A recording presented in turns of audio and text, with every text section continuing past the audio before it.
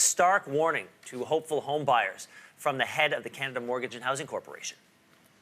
Whereas here we glorify home ownership and we think it's the only vehicle for savings. Well, that's looking at the last 100 years. And unfortunately, savings are in the future, not in the past.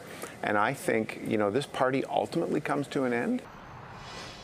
All right, joining me now is CTV News Chief Financial, Patty Lovett-Reed. Thank you so much for being here. Thanks, Ben. Patty, if someone's looking to get into the market and they hear something like that sounds really ominous. Well, it can, and I think we glorify home ownership to such an extent here. I love this interview with Amanda Lane because it got to the real root of things. The greatest issue that we have here right now is the indebtedness of Canadians. If there's the next big thing, an economic downturn, what that means is someone who's gotten in that maybe shouldn't have, they're in over their head. Within 1 to 2 years, they're looking at a default on their mortgage payment. They have to live somewhere. Housing's important to people. There's no question about it.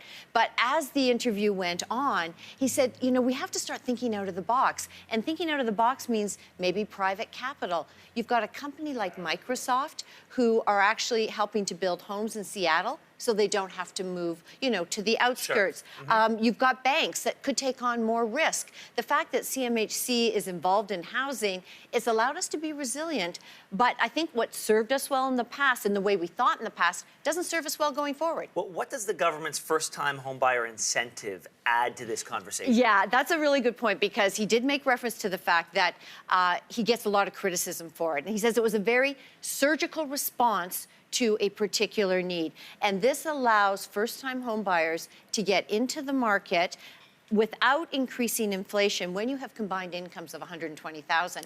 Because when you look at housing affordability, you could look at the stress test, reducing it. You could look at longer amortizations, but that pushes housing prices higher. This does not. He said maybe 0.2% to 0.4%.